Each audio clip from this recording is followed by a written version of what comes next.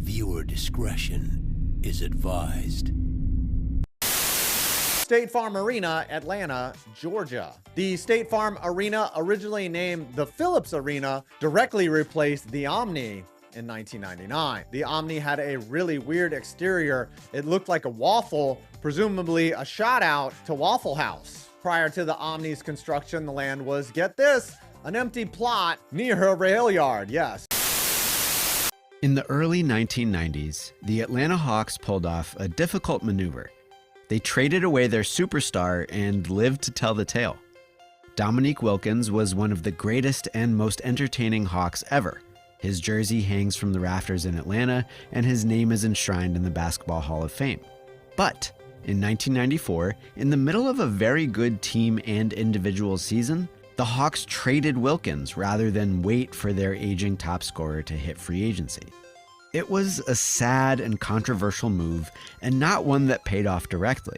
But Atlanta got back on track pretty fast. They figured out how to win without Dominique. They survived.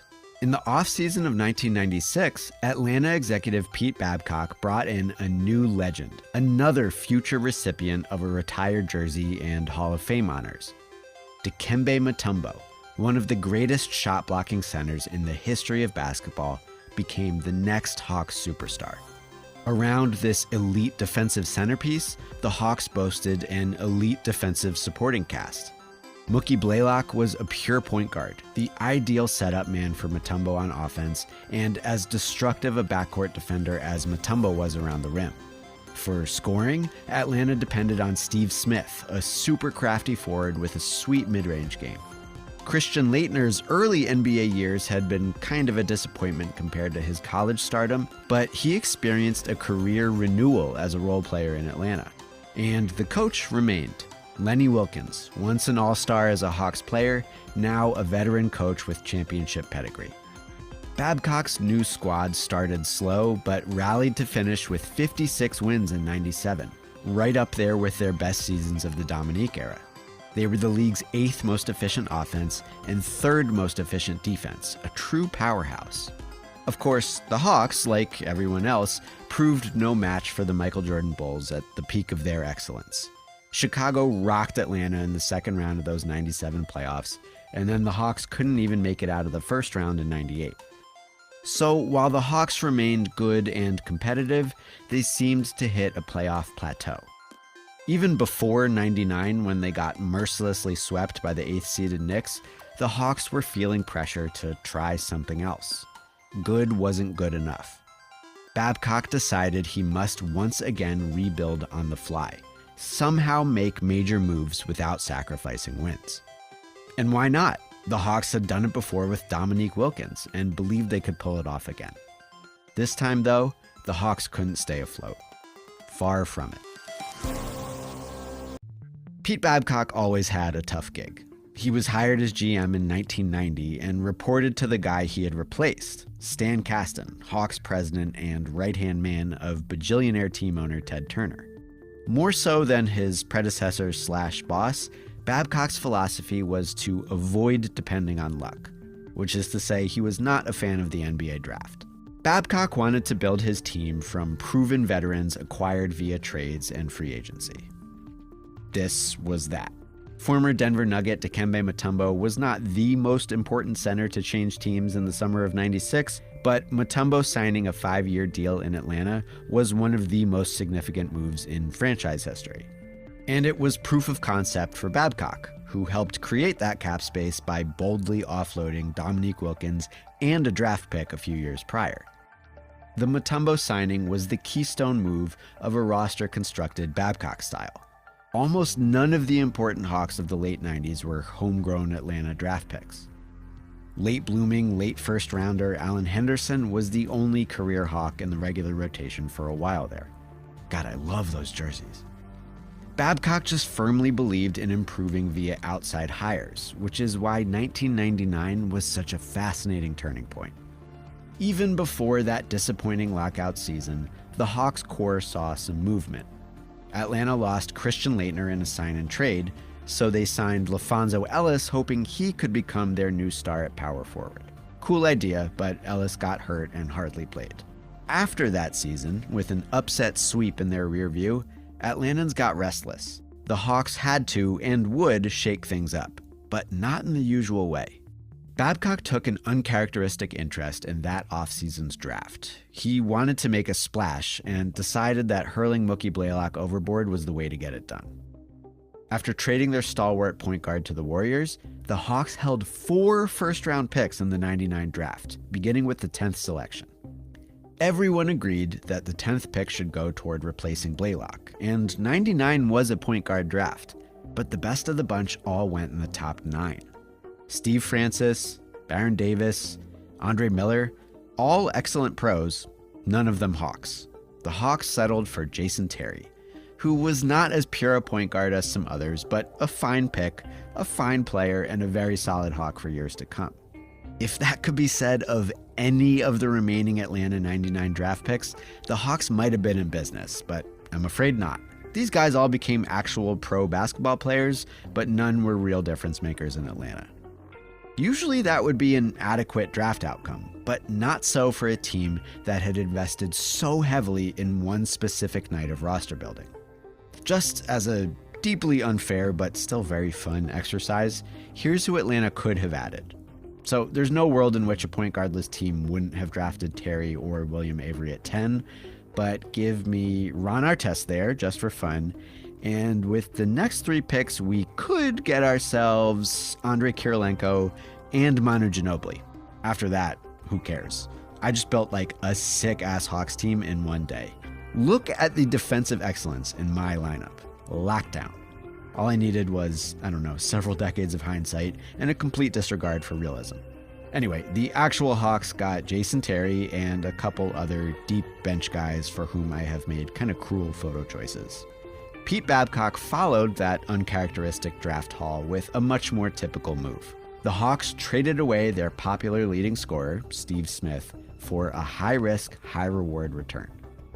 Isaiah Ryder and Jim Jackson were super talented offensive players who'd been kind of unreliable as teammates in Portland. They, along with center Lorenzen Wright, represented the incoming veteran talent in the '99 offseason. All of a sudden, all that remained of the 56-win Hawks core was Mutombo, now flanked by a bunch of rookies and iffy veterans. And they switched to these McDonald's-ass jerseys, which should have been the first red flag, literally. Rebuild on the fly 1999 edition did not work at all. It was so bad. Atlanta's calling card had always been defense, but suddenly a team still built around one of the best rim protectors in basketball history could not compete on that end at all. Lower numbers are better on defense. This is a very high number. 28 wins, now that's a low number you don't want to see. So Babcock's sudden transaction frenzy failed. Now what? Well, he still held the default card of every executive who's ever beefed a rebuild. Ditch the coach. Lenny Wilkins resigned before the Hawks could fire him. Atlanta had a new guy in mind. Days after Michigan State won the 2000 NCAA title, Atlanta started pursuing their head coach, Tom Izzo, making him a lucrative offer to jump up to the pros. Plenty other coaches were available, including several guys who'd get hired elsewhere and go on to make playoff runs and win awards and stuff, but the Hawks stayed laser-focused on Izzo well into springtime, and they didn't get him, settling instead for Illinois coach Lon Kruger.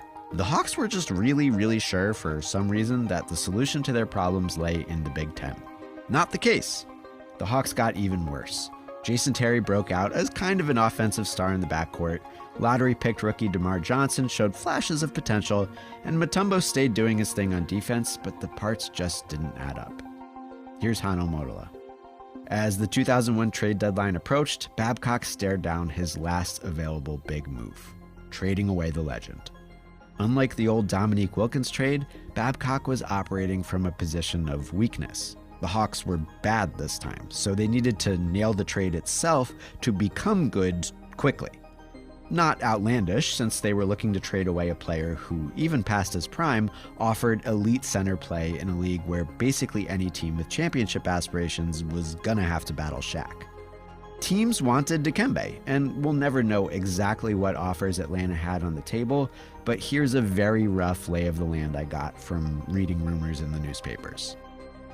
Atlanta could have gotten Glenn Rice and Marcus Camby from the Knicks. They could have gotten Sharif Abdur-Rahim from the Grizzlies, if not more. Perhaps most compelling in hindsight was the Suns' interest in Mutombo, since any deal would have probably had to include either Sean Marion or Jason Kidd, but that didn't sound likely. Dallas was in there, Portland was in there, but in the end, it was Philadelphia. The Hawks got the solid but injured Theo Ratliff, past his prime Tony Kukoc, and youngsters.